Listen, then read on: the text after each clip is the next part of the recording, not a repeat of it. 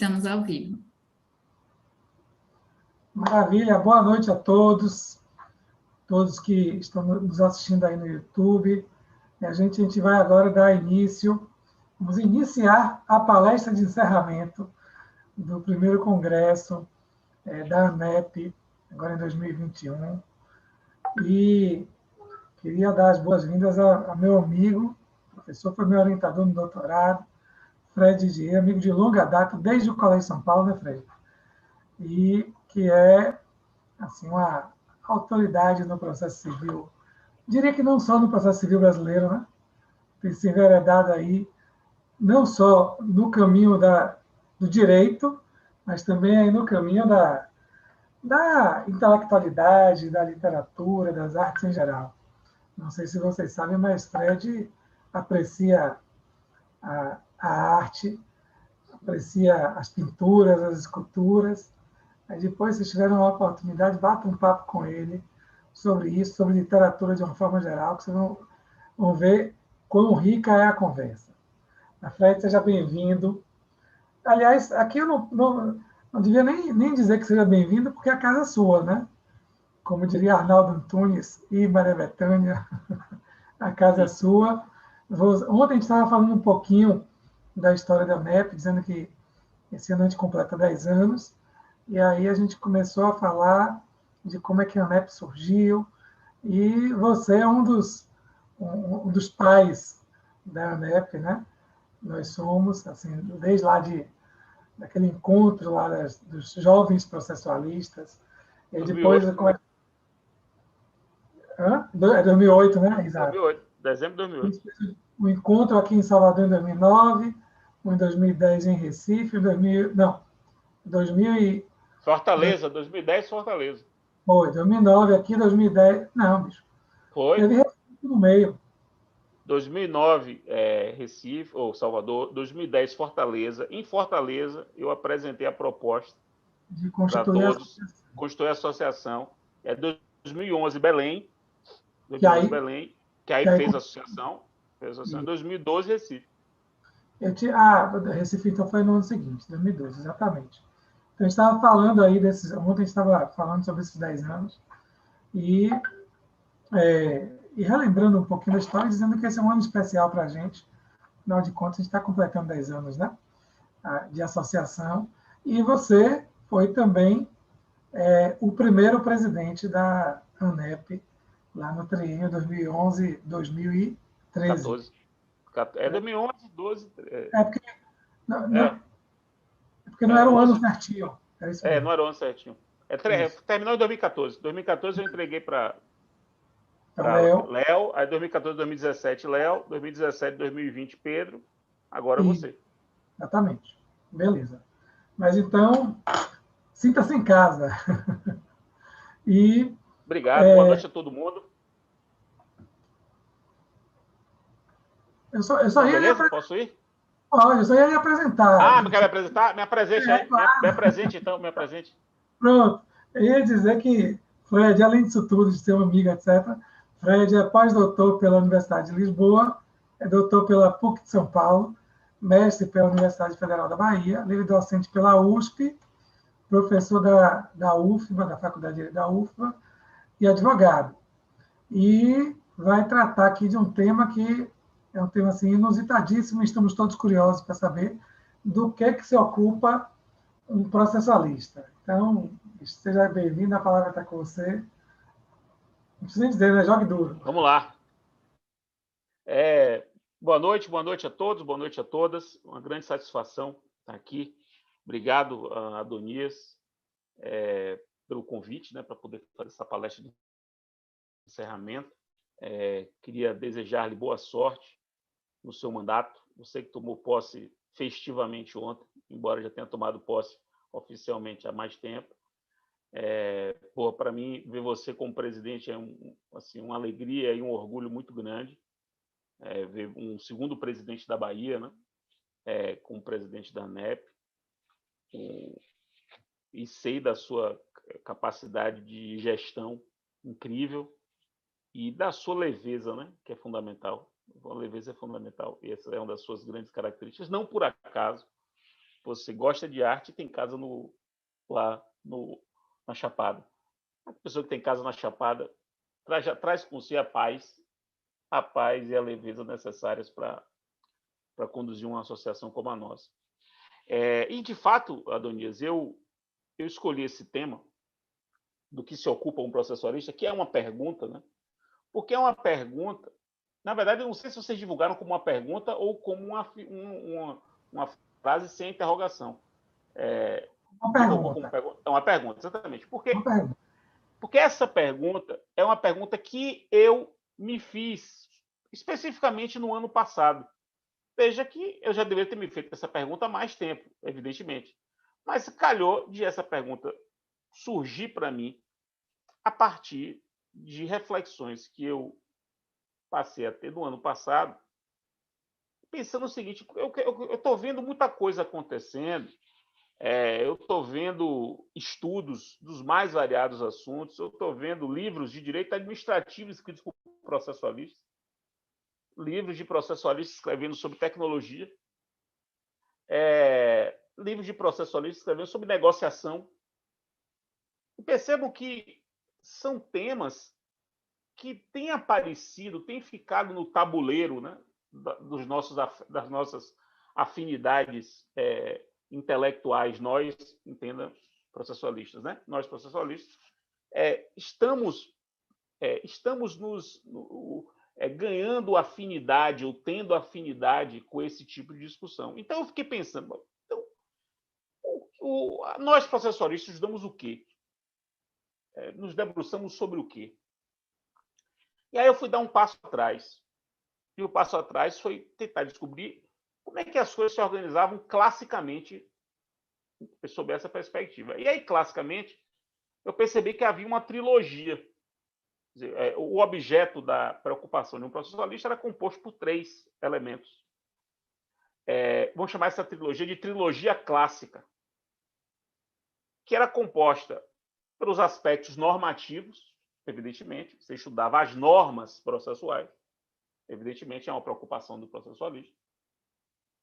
O aspecto dos participantes, você estudar os participantes. E aí, se você buscar, Toninho, os livros que nós estudamos na faculdade, a gente vai ver que tinha um capítulo que era assim: o advogado, o Ministério Público, o juiz. Perceba que estudar o juiz não é estudar norma processual, é estudar um participante do processo. Quer dizer, essa é uma visão clássica: você estudar o advogado, o juiz, o Ministério Público, o auxiliar da justiça. E note que o próprio CPC de 73 dividia, né? Ele tinha um capítulo para cada um desses sujeitos. Então, há o elemento, vamos chamar de elemento participação. Você tem o elemento normativo, elemento da participação, que é o elemento dos participantes, e o elemento da administração judiciária, vamos chamar de elemento institucional, que é estudar a organização judiciária, que também é uma preocupação dos processualistas. Sempre foi. A organização judiciária é um tema clássico. A organização judiciária era um capítulo do livro de TGP de Ada, Dinamarco e Araújo Sintra, um livro dos anos 70. Tinha um capítulo que é a organização judiciária.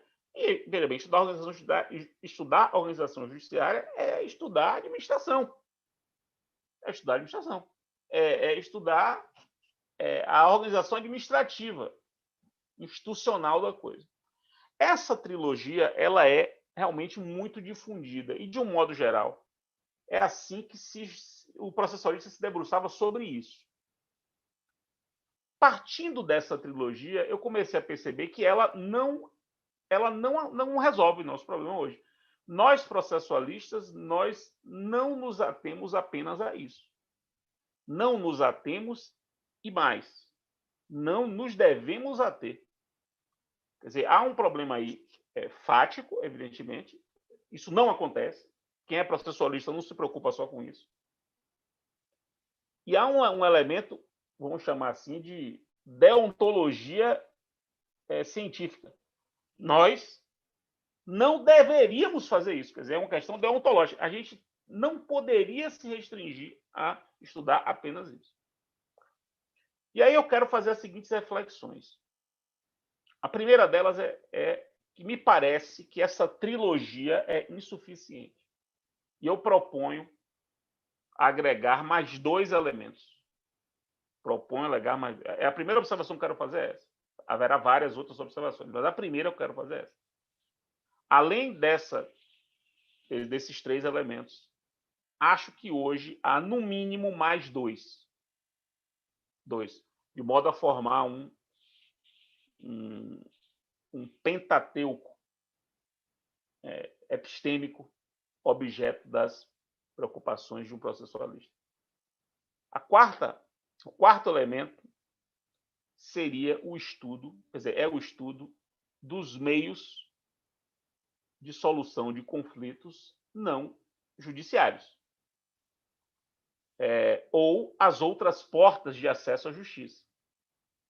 Um processualista hoje, ele não pode deixar de estudar os métodos de solução de conflito. E é uma coisa curiosa isso. O processualista, vamos chamar de raiz, ele estudava processo, direito processual, que é processo jurisdicional, para poder ficar bem claro, processo jurisdicional. Mas hoje é praticamente impossível você encontrar um livro didático de processo, portanto, um livro de curso, que não tenha um capítulo dedicado às outras portas de acesso à justiça. Eu dou 2 exemplos aqui interessantes. A professora Paula Costa e Silva, que é professora catedrática da Universidade de Lisboa, observem bem isso. Para ela obter a cátedra da Universidade de Lisboa, ela teve que apresentar um programa, projeto de estudo para a disciplina, que gerou do qual decorreu um livro, que se chama As Novas Faces da Justiça. Esse livro é um trabalho que ela teve que apresentar para ser professora catedrática, que é um livro exatamente sobre as novas portas de acesso à justiça, a necessidade de o processualista se preocupar com essas outras formas de se acessar à justiça que não seja pela via do judiciário.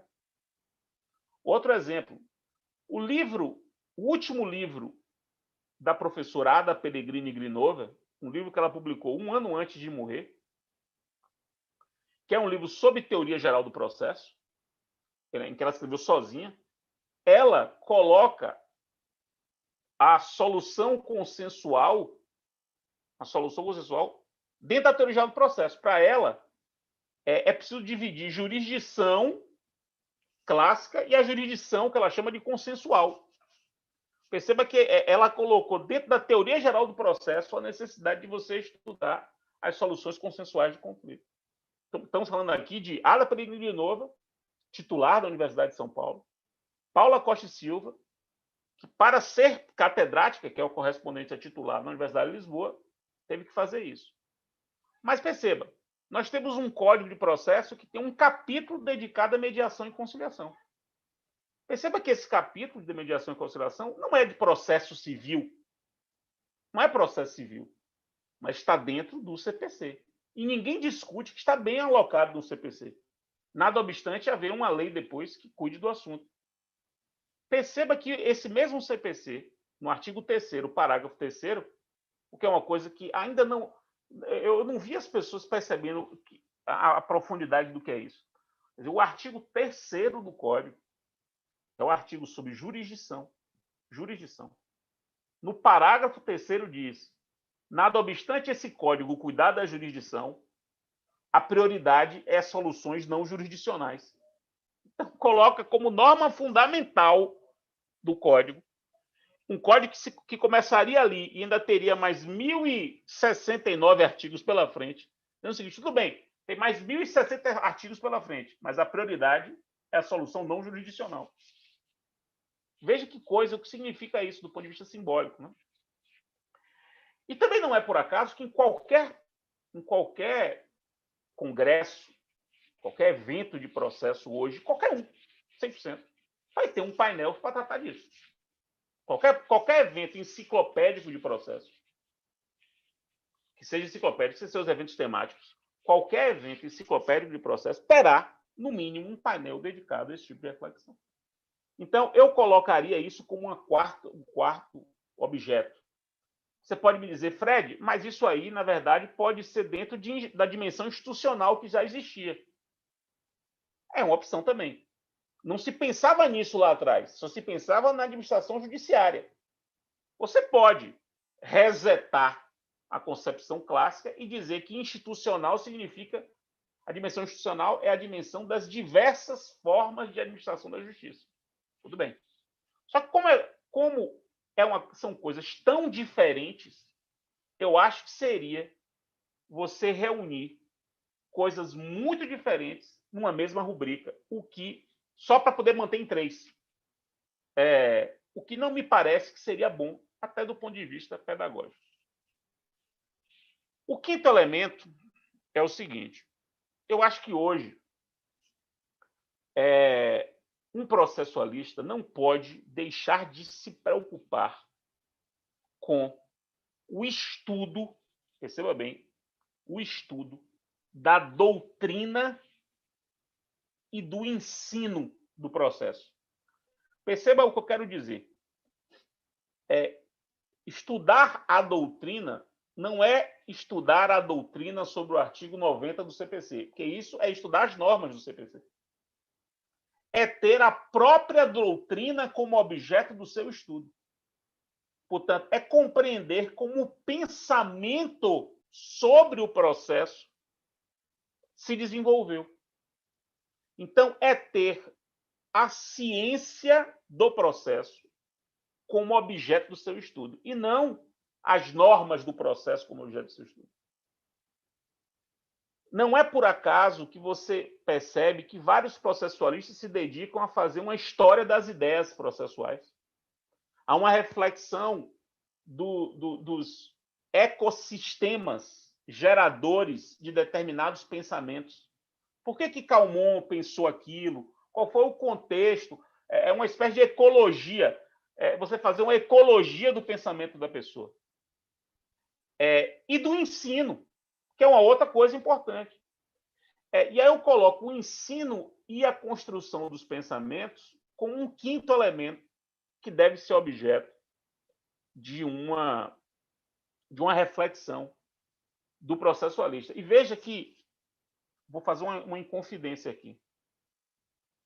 Quando, em 2011, lá se vão 10 anos, eu apresentei a minha tese de livre docência, um capítulo da minha tese de livre docência é o ensino da TGP, o ensino da teoria geral do processo. Era um capítulo, havia 4 capítulos na tese. Um capítulo era sobre o ensino da TGP. Eu me lembro que muita gente, e até na banca, estranhou um capítulo de uma tese de processo que era sobre o ensino da teoria geral do processo. E eu mesmo estranhei, mas eu quis escrever sobre aquilo. E eu escrevi sobre aquilo sem nenhuma racionalização sobre aquilo. Eu não racionalizei. Eu simplesmente achei que era o correto de fazer. 10 anos depois, quando eu pensando sobre essa questão que me trouxe aqui, eu percebi, veja que eu tinha ali, estava dentro de mim, essa preocupação estava dentro de mim, sem que eu tivesse percebido. E eu acho que faz todo sentido.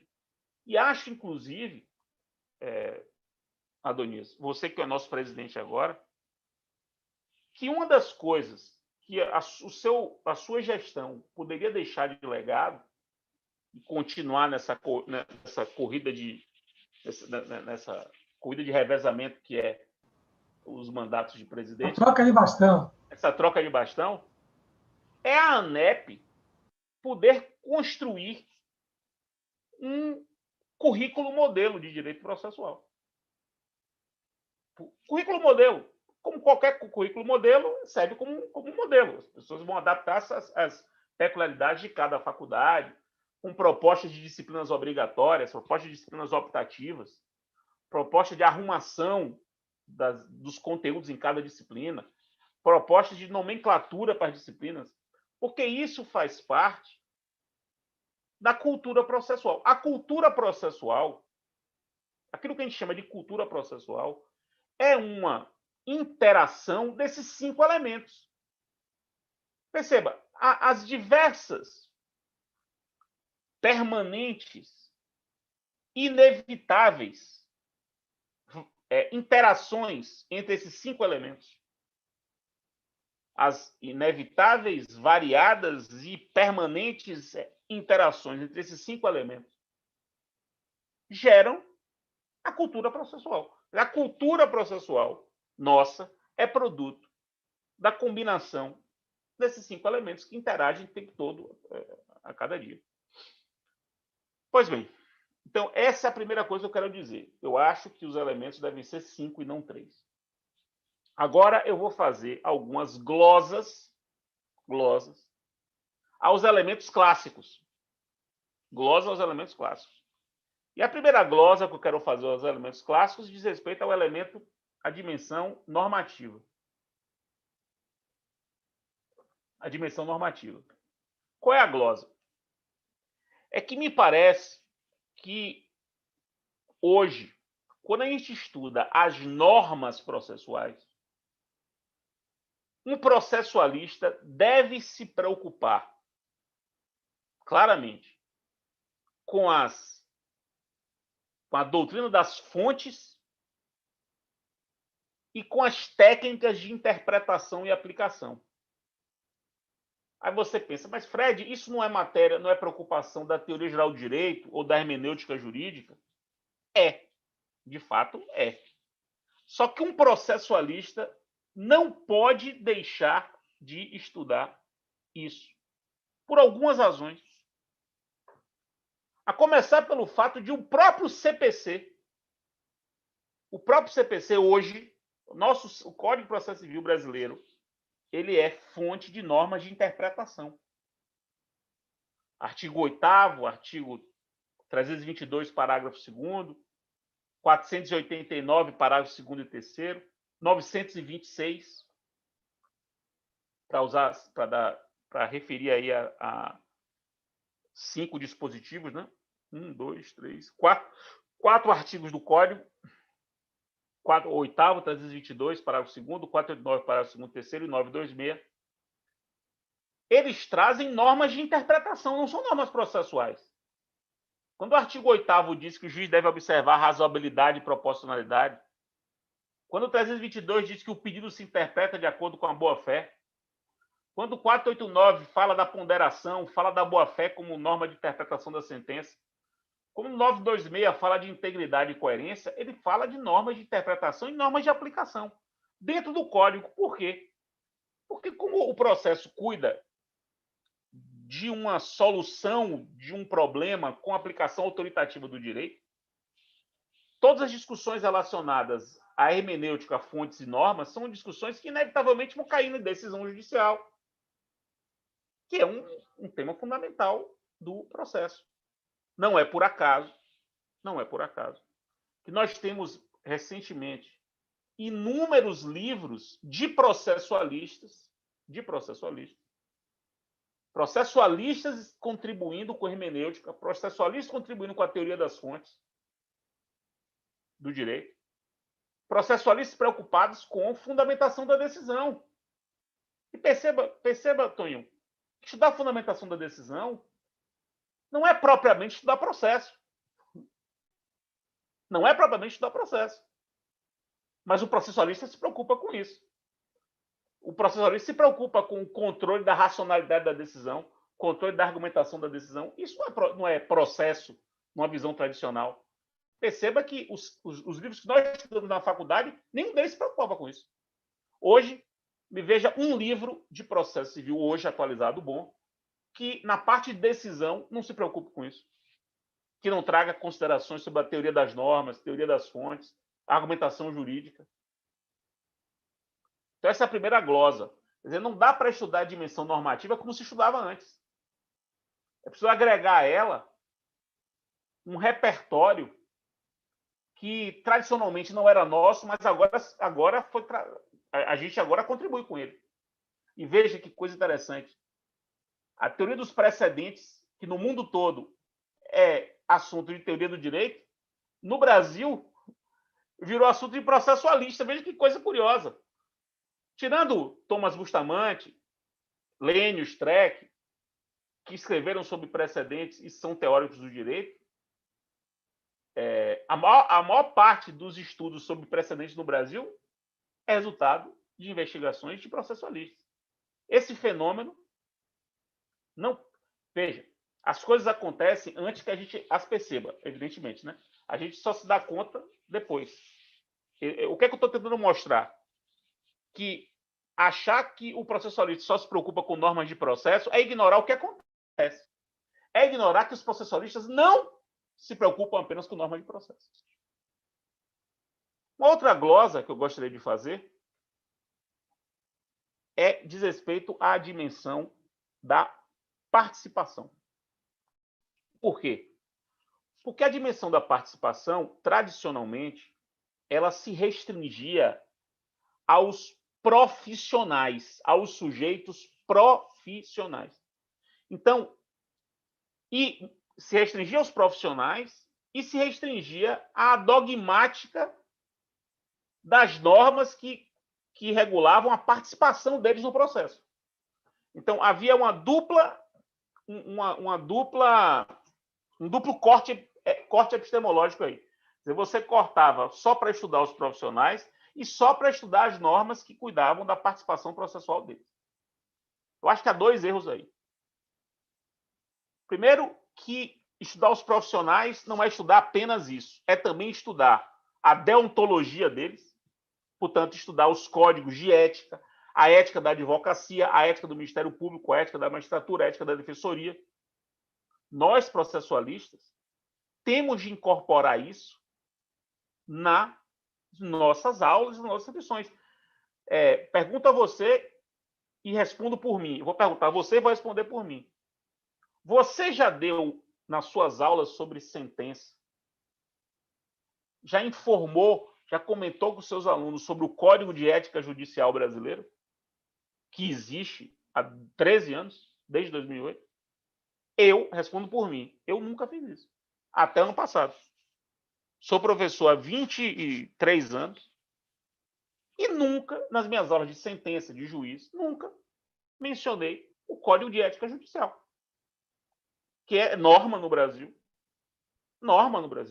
que estabelece, por exemplo, regras sobre imparcialidade judicial, estão no Código de Ética Judicial, que estabelece requisitos da sentença, dever de clareza, por exemplo, que não tem no Código, está no Código de Ética Judicial. O Código não fala do dever de clareza do juiz. O Código de Ética Judicial fala. Isso é deontologia das profissões, que tem que ser incorporada. Responsabilidade civil, seleção e formação.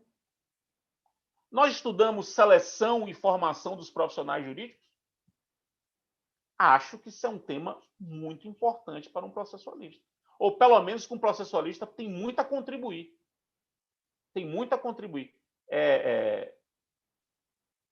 Eu tenho refletido muito, não sei se você assistiu essa live, fiz uma live sobre isso no ano passado, novas questões sobre ética profissional. Fiz uma live, está até no meu canal do YouTube, depois, se vocês tiverem curiosidade, vejam lá. Porque eu fui percebendo que nós que atuamos no contencioso, a gente percebe uma transformação da ética profissional que o código de ética da nossa profissão não está dando conta. Não está dando conta. O código de ética pensado para quase que um piso ético. O código de ética nosso é um piso ético. Um piso.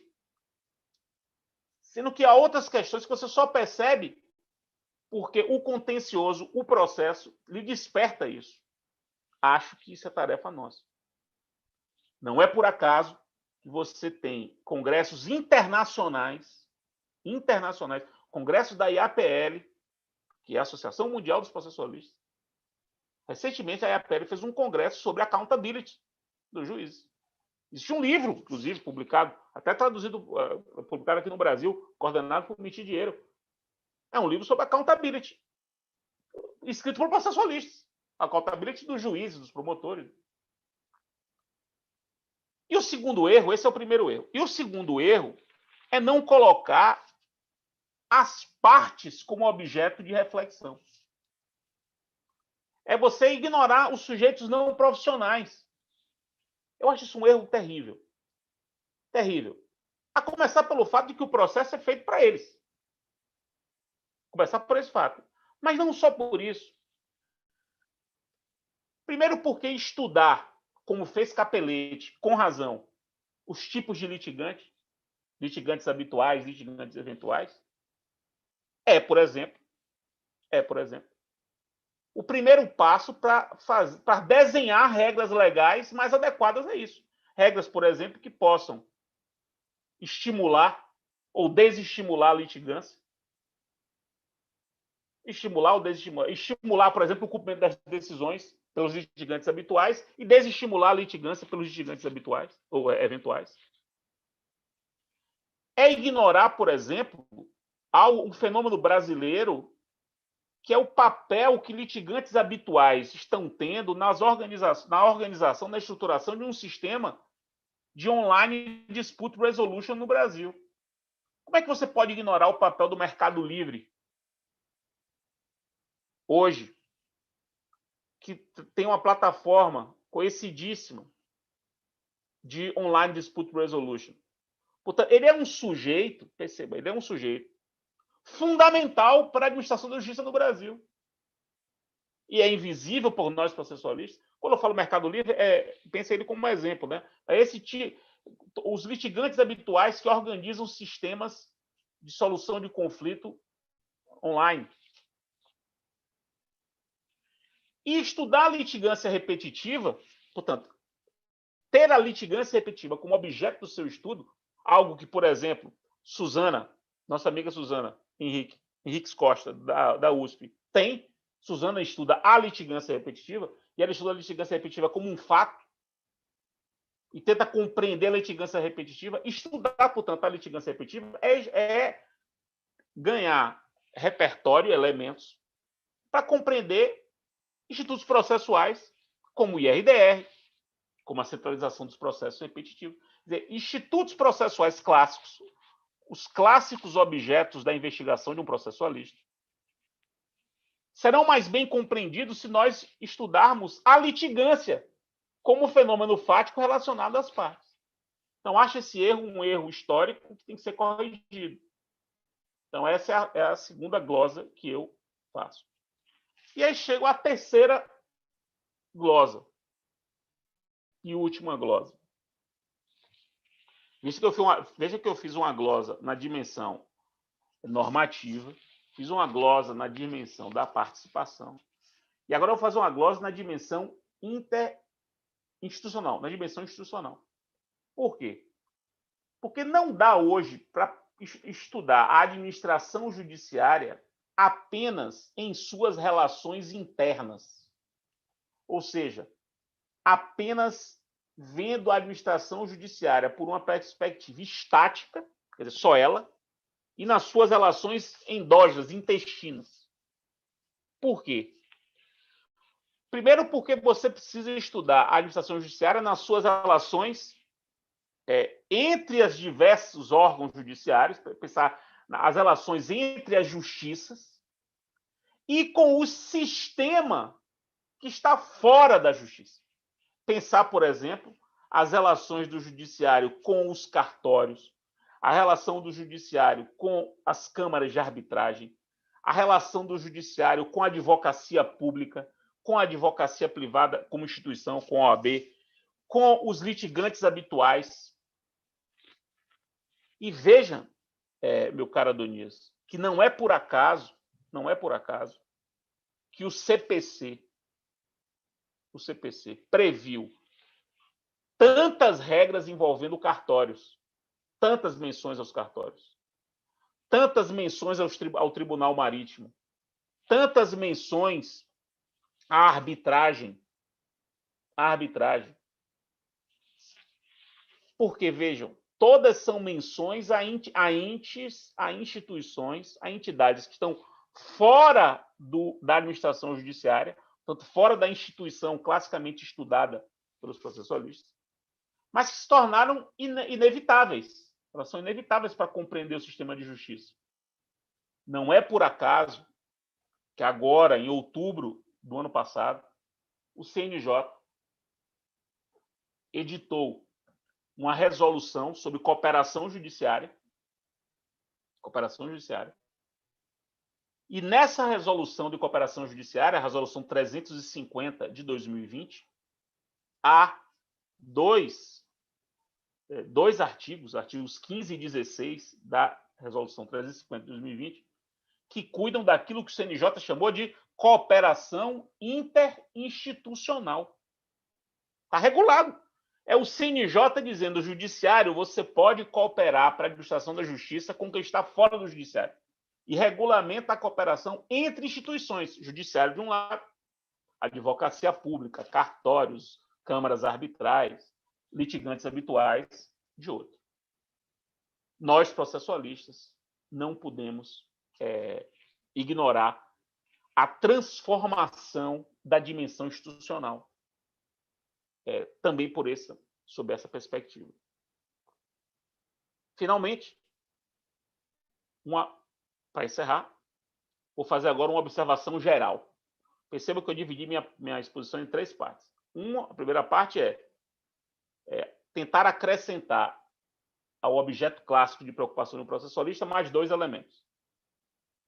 Depois, segunda parte, é a parte em que eu faço glosas sobre os 3 elementos tradicionais, que eu acho que, mesmo os tradicionais, têm que ser reconstruídos. Quer dizer, além de você ampliar o objeto para mais 2, você tem que reconstruir os 3 primeiros. E aí vem a terceira parte, que é uma observação geral. E aí é geral, porque é algo que atravessa tudo o que eu disse. Tudo o que eu disse. E aqui eu faço uma homenagem ao meu amigo Dierle. Não dá hoje para um processualista ignorar as relações entre processo e tecnologia. Não dá. Isso é algo transversal. Isso vale para todos esses 5 objetos que eu comentei. Todos os 5 objetos são impactados pelas relações com a tecnologia. Veja, nós processualistas não temos que ser especialistas em tecnologia, evidentemente. Não é nosso papel. Mas nós não podemos ignorar que a tecnologia impacta e está impactando decisivamente e transversalmente todo o processo. Você imaginar que até imparcialidade da decisão hoje tem a ver com tecnologia por conta do uso dos algoritmos, dos robôs. Você pensar em sistema como pensar no acesso à justiça sem pensar nas ODRs. Como pensar no acesso à justiça sem pensar nas ODRs. Como pensar na prática de atos processuais sem pensar que a tecnologia transforma a prática dos atos processuais. Como pensar em prova documental hoje sem pensar em blockchain e coisas semelhantes. Não dá. Me rendo a isso. Me rendo. Não dá. Eu não preciso entender da tecnologia, nem ser um filósofo, um especialista em tecnologia, mas nós, professores, temos de compreender de que modo a tecnologia afeta os nossos objetos de estudo. Dialogar com isso é fundamental. Rendo as minhas homenagens a meu amigo Dierle, que no seu livro de Teoria Geral do Processo, que é um livro de introdução ao processo, embora com o nome de Teoria Geral do Processo, é uma introdução, quer dizer, ele apresenta propedeuticamente a ciência processual para quem quer começar. Nesse livro introdutório dele, ele bota um capítulo do processo de tecnologia. E eu acho que ele acertou.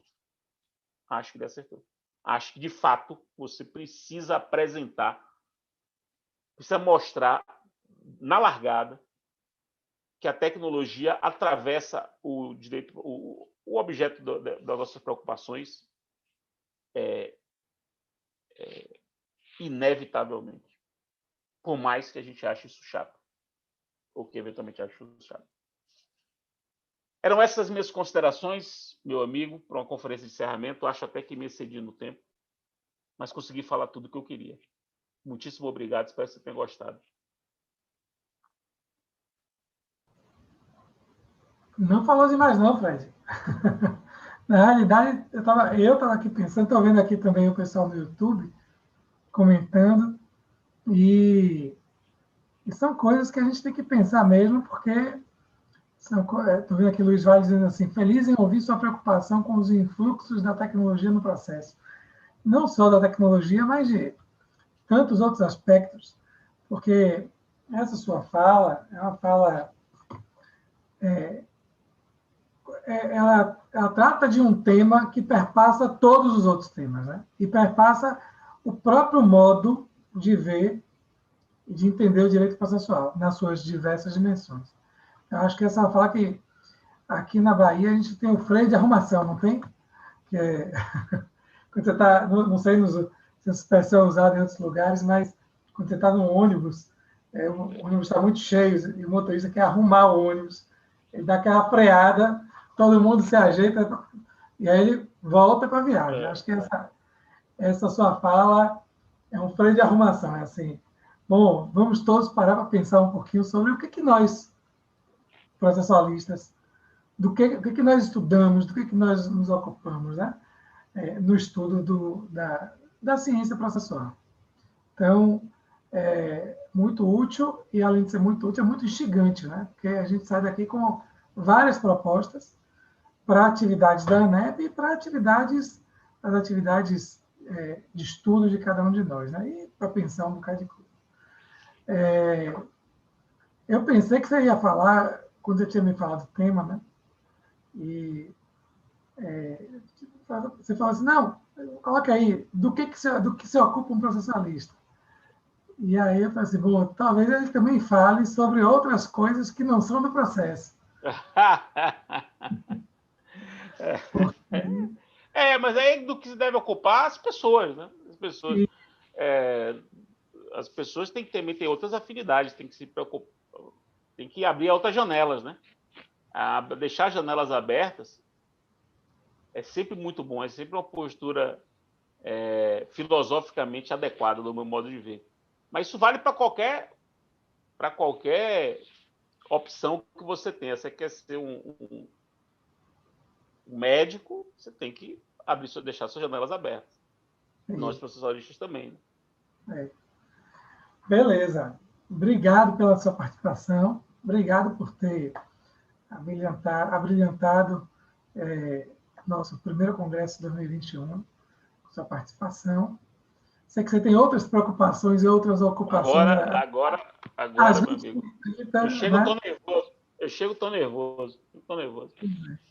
Às 21h30 vai acontecer um evento em várias dimensões, com várias partidas, né? E queria agradecer muito, tá certo? Beleza. Vai ficar no YouTube, no canal da ANEP, essa palestra? Tá passando lá agora e vai ficar lá, tá certo? Massa. Beleza. Então, valeu. Obrigado. Ver. Valeu, Toninho. Valeu, Verônica. Um abraço forte. Eu queria agradecer muito a Verônica Bispo e a todo mundo que ajudou a gente a organizar esse congresso. Queria agradecer muito a diretoria. Rosalina esteve à frente desse congresso. Obrigado, Rosalina, por todo o seu esforço, todo o seu empenho. E dizer, gente, que em março nós temos aí mais eventos. E queria também deixar a ANEP aberta aí para quem quiser propor ideias, nossos associados, as pessoas também que não são associadas, se aproximem da ANEP, que a gente caminha junto. Tá joia? Obrigado, Fred. Fique bem, fique em paz. Obrigado, Verônica. Tchau, minha gente. Até a próxima.